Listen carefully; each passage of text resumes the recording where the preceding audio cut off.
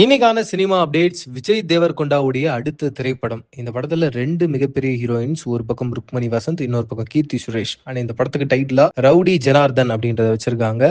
And இந்த படத்துல பழம்பெரும் நடிகர் ராஜ்சேகர் இந்த படத்துல இருக்காரு. இந்த படத்துடைய டைரக்டர் ரவி தான். அண்ட் இந்த திரைப்படத்து மேல ஒரு பெரிய எக்ஸ்பெக்டேஷன் இருக்கு. இந்த படத்துல ருக்மணி வசந்த் அண்ட் கீர்த்தி சுரேஷ் கூட விஜய் தேவரகொண்டாவுக்கு லிப் லாக் சீக்வன்ஸ் இருக்குன்ற டாக்ஸும் இருக்கு. வெயிட் பண்ணி பார்க்கலாம்.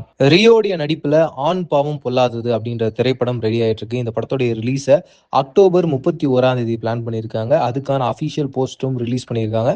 அந்த போஸ்டர் பார்க்கவே பயங்கர இன்ட்ரெஸ்டிங்கா இருக்கு.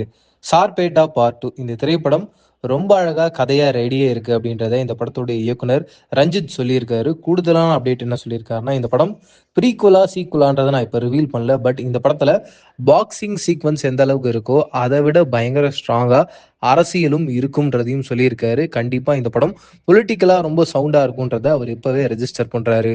அண்ட் தனுஷ் அவர்களுடைய அடுத்த கூட்டணி யாரு கூடன்னு பார்த்தீங்கன்னா, லப்பர் பந்து இயக்குனர் கூட தான். தமிழரசன் பச்சமுத்து ரீசன்ட் டைம்ஸ்ல இட்லி கடையுடைய ட்ரெய்லர் லான்ச்ல தமிழரசன் பச்சமுத்து வந்திருந்தாரு. அவரு அங்க ரொம்ப கான்ஃபிடண்டா ரொம்ப சந்தோஷமா சொன்னாரு, அடுத்து நான் ஒரு நடிப்பு அரக்கன் அசுரன் கூட தான் சேர்ந்து ஒர்க் பண்ண போறேன். அண்ட் எனக்கு இந்த ஒரு ஆப்பர்ச்சுனிட்டி ரொம்ப சந்தோஷமா இருக்கு. எப்போ நான் வந்து ஆக்ஷன் கட் அப்படின்னு சொல்ல போறேன்ற அந்த மூமெண்ட்டுக்காக பயங்கரமா வெயிட் பண்ணிட்டு இருக்கேன் அப்படின்றதையும் சொல்லிட்டு இருக்காரு. அண்ட் இந்த படத்தையும் ப்ரொடக்ஷன் பண்ண போறது யாருன்னு பார்த்தீங்கன்னா, இட்லி கடையை ப்ரொடக்ஷன் பண்ண அதே ப்ரொடக்ஷன் கம்பெனி டான் பிக்சர்ஸ் தான் ப்ரொடக்ஷன் பண்ண போறாங்க.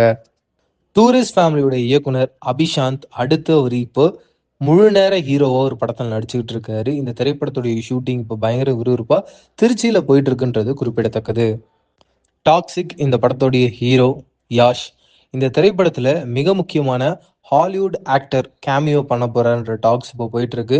கண்டிப்பா அப்படி ஒரு அச்சீவ்மெண்ட்டை பண்ணிட்டாங்கன்னா இந்த படம் இந்தியா லெவல்ல மட்டும் இல்லாம குளோபல் லெவல்ல ஒரு பெரிய ரீச்சும் பெரிய அளவுல வசூல் ஈட்டும் அப்படின்ற டாக்ஸும் இருக்கு.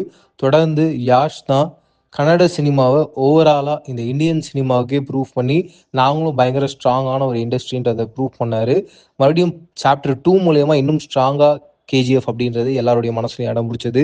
இப்போ டாக்ஸிக் மூலியமா வேர்ல்டு வைடா கன்னட இண்டஸ்ட்ரியை கொண்டு போறான்றது, வேர்ல்டு வைடா இந்தியன் இண்டஸ்ட்ரியை கூட்டிட்டு போறான்றது நமக்கு தெரிய வருது.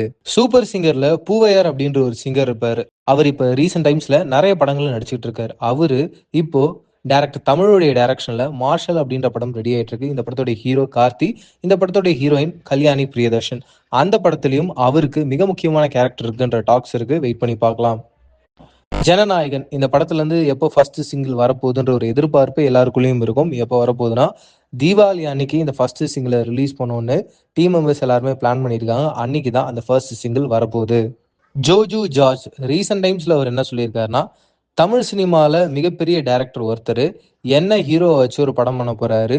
கூடிய விரைவில் அந்த படத்துக்கான அஃபீஷியல் அனௌன்ஸ்மெண்ட் வரப்போகுதுன்றதை சொல்லியிருக்காரு. வெயிட் பண்ணி பார்ப்போம் யார் அந்த பெரிய டைரக்டர்னு.